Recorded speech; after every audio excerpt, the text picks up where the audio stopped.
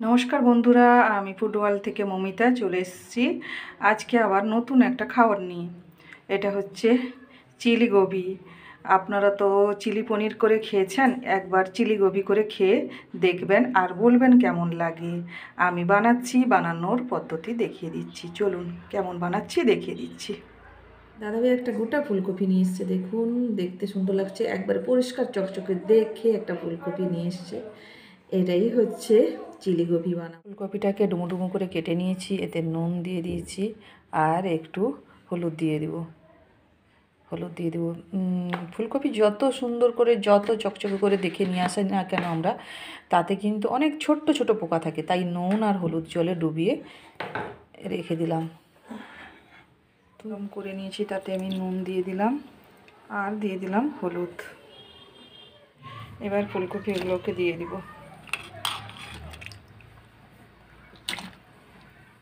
হালকা ঢাকিয়ে দিব, দিয়ে হালকা ভাপিয়ে নেব, বেশি নয়, হালকা মতো ভাপিয়ে। এই যে দেখুন হালকা ভাপিয়ে নিয়েছি, হয়ে গেছে। এবার ছেঁকে নেব। এই যে আমি দিচ্ছি 1 কাপ হচ্ছে কর্নফ্লাওয়ার দিয়ে দিলাম, আর এটা হচ্ছে ময়দা দিয়ে দিলাম, এটা দিলাম। তারপরে 1 চিমটে হলুদ, একটু হচ্ছে আমার সব রকম আছে মশলাটাতে, গোলমরিচ থেকে জিরা, গোলমরিচ, ধনে সব রকম একটা মশলা করে রেখেছি, ওটা দিলাম। আর এতে দিচ্ছি লঙ্কা গুঁড়ো। এইটা দিয়ে জল দিয়ে ফিটিয়ে নেব।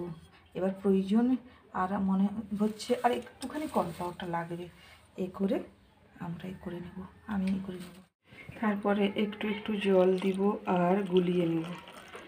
ব্যাটারটা ঠিকঠাকভাবে করে গুলিয়ে নিতে হবে। দিয়ে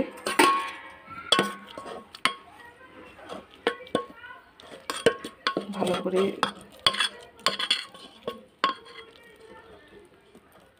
দেখুন, চিটচিটে লাগছে না? কর্নফ্লাওয়ার থাকলেই তো চিটচিটে লাগে। গুলিয়ে নেব। আমার ব্যাটারটা হয়ে গেছে। এই যে দেখুন 1 চিমটি আমি শুধু জাস্ট খাওয়ার সোডাটা দিয়ে দেবো, দিয়ে ভালো করে আবার ভালো করে ফিটিয়ে নেব।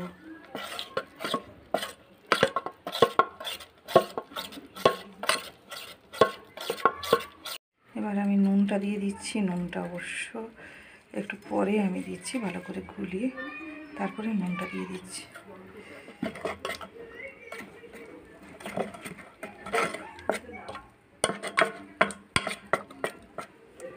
আস্তে আস্তে করে আমি ফুলকপিটাও দিয়ে দিব।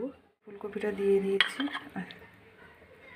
হালকা হালকাভাবে দিচ্ছি। এই যে দেখুন কর্নফ্লাওয়ারটা আছে, বেশি হলে কিন্তু খুব একটা ভালো লাগবে না, তার জন্য পরিমাণটা কম রেখে করে। এই যে আমি লোয়ার কড়াই নিয়েছি, তাতে আস্তে আস্তে করে ছেড়ে দেবো।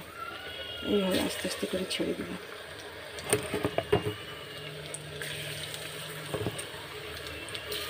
এই যে দেখুন হয়ে এসছে এক সাইড, এবার উল্টে দিব। হয়ে গেছে, বুঝলেন কেমন সুন্দর লাল লাল করে হয়ে গেছে। একবারে লাল লাল করে আমি ভেজে নিয়েছি। কর্নফ্লাওয়ারের পরিমাণটা কম দিতে হবে, এটা তো আর মাছ নয়, এটা ফুলকপি, তাই কর্নফ্লাওয়ারের পরিমাণটা কম পরিমাণ দিতে হবে। আর একটু হলে হয়ে যাবে। আমার হয়ে গেছে, এই যে হয়ে গেছে। আমি হালকা করব, বেশি কড়া করব না। ওই যে আমি ভাজাটা করে নিয়েছি, দেখুন আমার ভাজা রেডি হয়ে গেছে।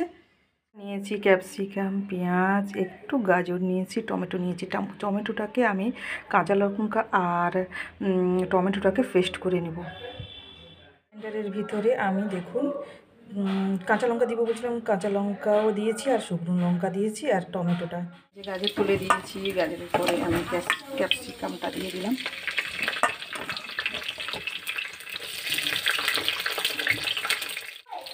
পেঁয়াজ দিয়ে দিলাম, ডুমো ডুমো করে রাখা পেঁয়াজটা।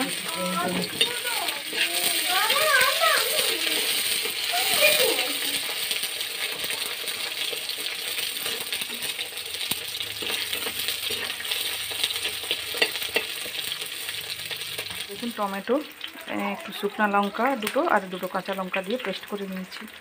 একটু নুন দিয়ে দিলাম আর একটু হলুদ দিয়ে দিলাম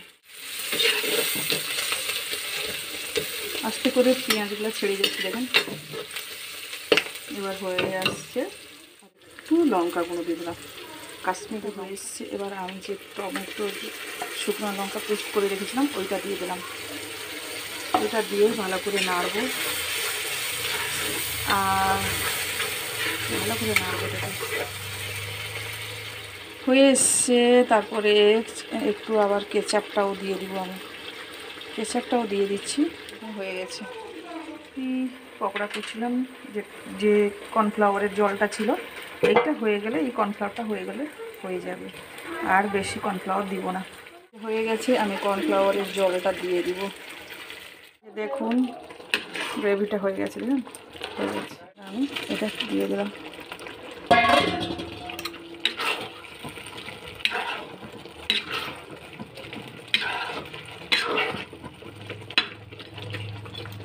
কপি তুলে দিয়েছি, এই দেখুন, আর একটুখানি জল দিব।